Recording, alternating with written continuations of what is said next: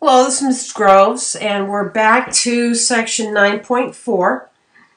And this time we are going to focus our attention on the second part, which is factoring common factors.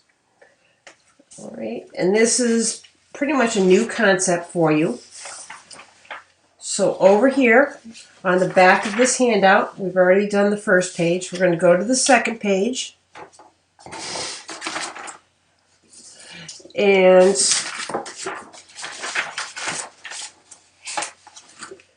we're going to learn some basic factoring. The most important thing about factoring is the first step in factoring is always to take out the common factor. And this common factor, aka, is the greatest common factor. So we're going to focus on this first problem right here. Okay, so we're going to look at it right here. This is problem A. And we look at this problem. Remember greatest common factors when you're taking numbers. The greatest common factor is the largest number that goes both into 16 and 40. And that number is going to be 8. Because remember, 8 times 2, well, that's going to give me 16. And 8 times 5, that gives me 40. All right, so 8 is the largest common factor. It's the GCF. All right. So we write our GCF here, and then we're going to write a set of parentheses. Now the variables x and y are not common, so the variables x and y have no common factors. So the greatest common factor, and the factor that we're looking for is one term, so that's called a monomial, is 8. And so now we want to rewrite this expression in an equivalent expression. And so we have to, basically we want our answer to be in factored form. So we want it in factored form.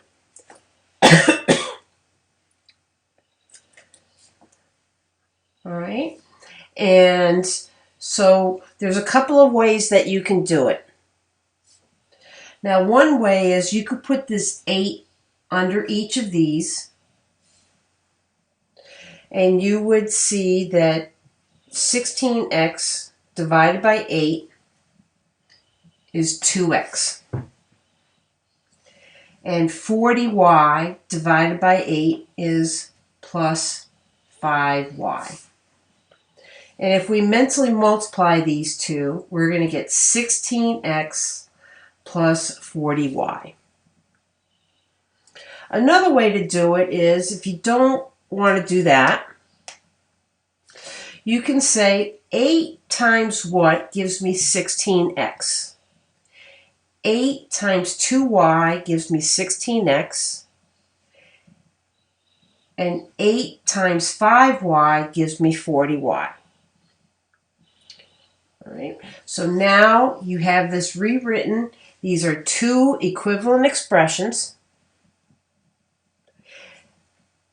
and this is in factored form. So now we're going to do B. We add a little complexity to it. So, if we look at the numbers 6 and 30, you ask yourself, what's the largest common factor of 6 and 30? Well, 6 goes into 30 5 times. So 6 times 1 is 6, and 6 times 5 is 30. So for the numbers, the GCF is 6. So we know that we're going to have a 6 on the outside. All right. And so now we have variables. And for variables, this is a new concept for you. And let's think of it this way. If we have x squared and x cubed, and we expand these, so we've got x times x, and we have x cubed, x times x times x. We want what is common. Well, I have one pair that's common and another pair that's common. So the GCF for x squared and x cubed is x squared.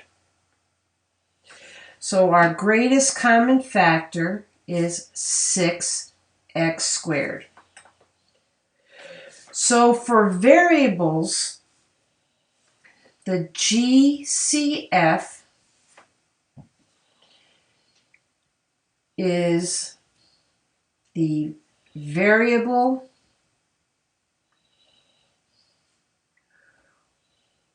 with the smallest exponent. So we have 6x squared, but we need to write it in an equivalent format to get back to this. So 6x squared times 1 gives me 6x squared. Okay. 6x squared, well, 6 times 5 is 30. And x squared times x is x cubed. So here that's in factored form. You've factored out the GCF.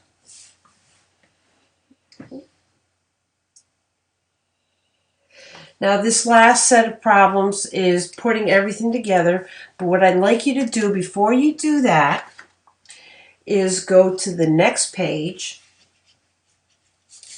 Okay, we've already done these two problems. Go to the next page, and I want you to factor out the greatest common monomial. So basically you're going to have a monomial times something. And here you're going to have a monomial times something. So you're going to have a monomial times a binomial times a binomial. So put this on pause and try to do those two problems. All right, so now you're back and we look at our numbers. And we see that the number that's common here is 2. We don't have any common variables. So now 2, we have to write an equivalent statement.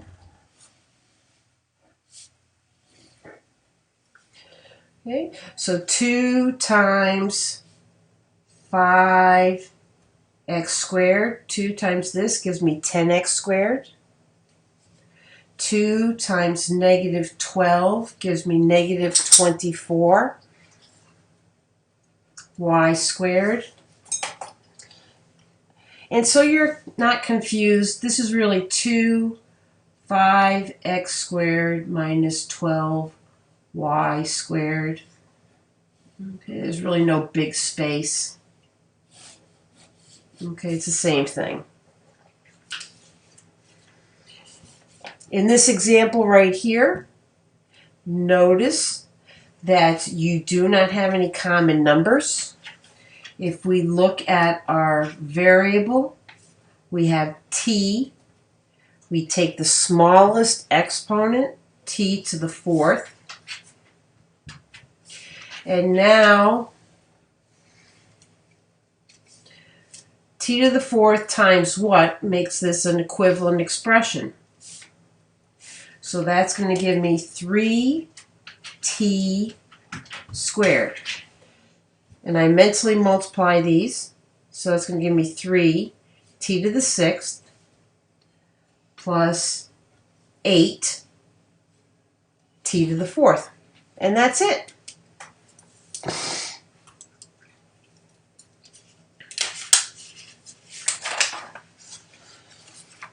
So now we're going to go back and we're going to put these two concepts together. We're going to factor the GCF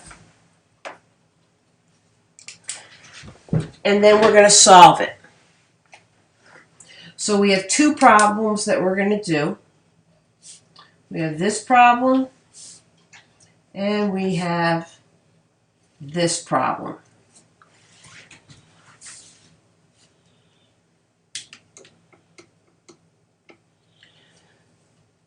Okay. So the first thing we do here is when we factor, the first thing is there something common? Well, there's a 3 that's common to 3 and 15, so I pull that out. I've got x that's common. Take the smallest exponent. I've got 3x. And now I have to make sure that it's an equivalent statement. So 3x times x gives me 3x squared, plus 3x times 5 gives me 15x. The zero property says that I'm going to take the 3x equals 0. Okay. And I'm going to take the the x plus 5 and set that equal to 0. So here I get x equals 0. Well, that's really easy to check. That would be 0, that would be 0. So x equals 0, that checks. X equals -5. Okay, if I put that in, okay, to my handy dandy calculator, and I'll let you do that. So, okay, always check in the original equation. And you should always do that. And if you don't show the check, you should at least do it with your calculator. Okay, we got a little problem here. Because remember the rule, to use the zero product rule, this has to be 0. So I'm going to mentally subtract 24b from both sides. All right, and so I'm going to get 9b squared minus 24b.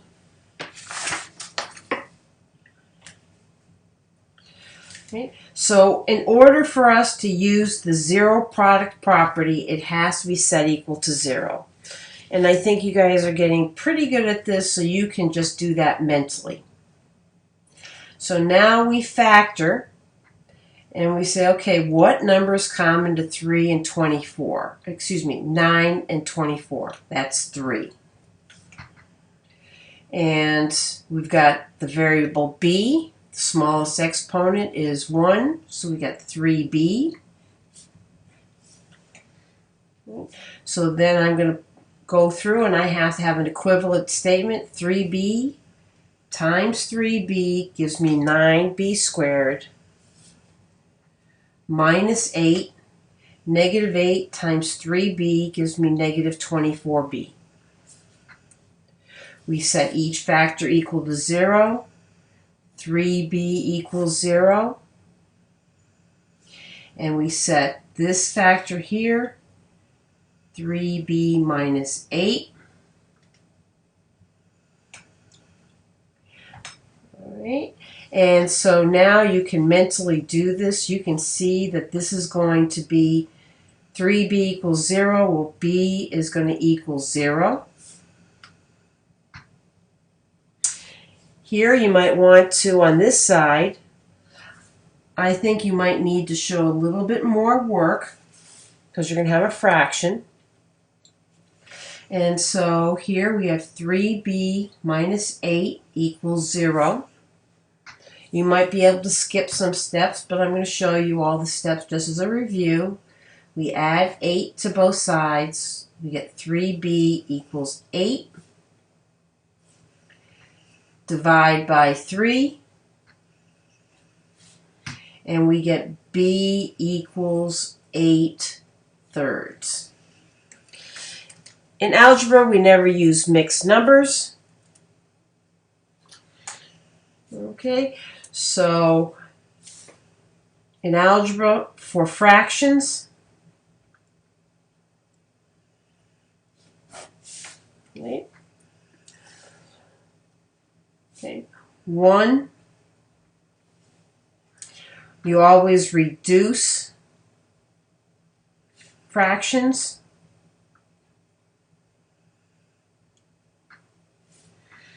So 4/6 goes to 2/3. 2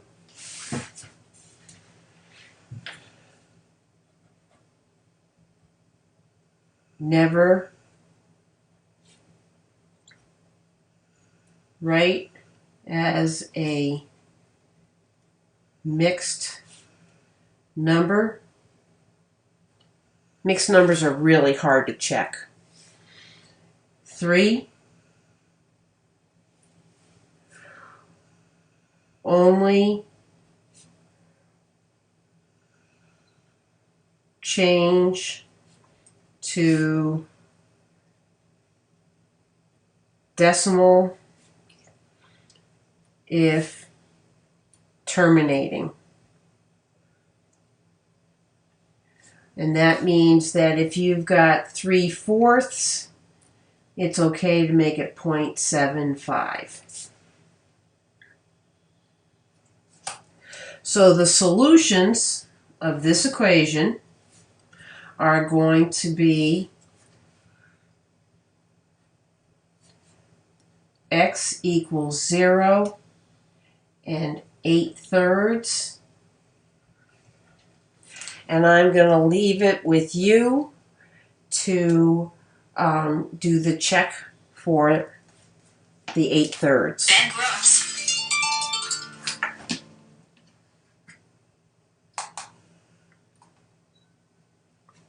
Okay. All right. So before we close up, you're going to go back to this side here. All right. And you're going to finish these problems. Go to my website and check them. All right. There is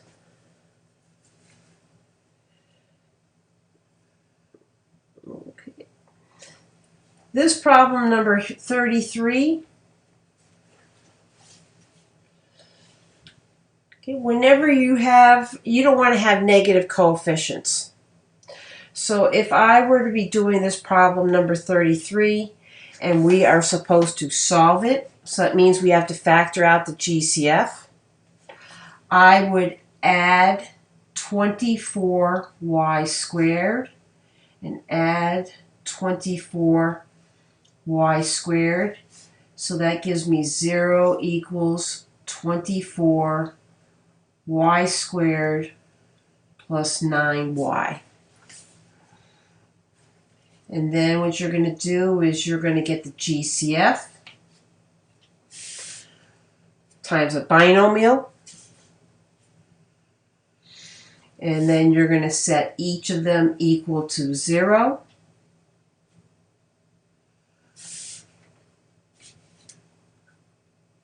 So you're going to get one answer y equals, and you're going to have another answer y equals,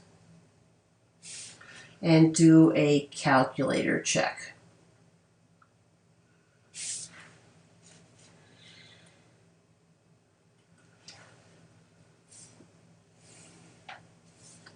Probably should make another point here. Whenever the leading coefficient is negative, you want to pull out a negative number. So take a moment to do number 29, and you want to pull out the negative number times something equals 0. So try to figure out what is the greatest common factor that I'm going to pull out for 29. All right, so 2 goes into those, so I'm going to get negative 2. I have a y that's common, so I always want to pull out that negative number. It makes things so much easier with solving for my binomial. So negative 2y times 4y. Multiplying these two is going to give me negative 8y squared. And then plus 5, negative 2y, okay, times 5 is negative 10y. Then you're going to go through, you're going to set this equal to 0, 4y plus 5 equals 0, and you're going to solve them. All right. And if you're having any trouble with any of these concepts, come see me for some extra help. Have a good day.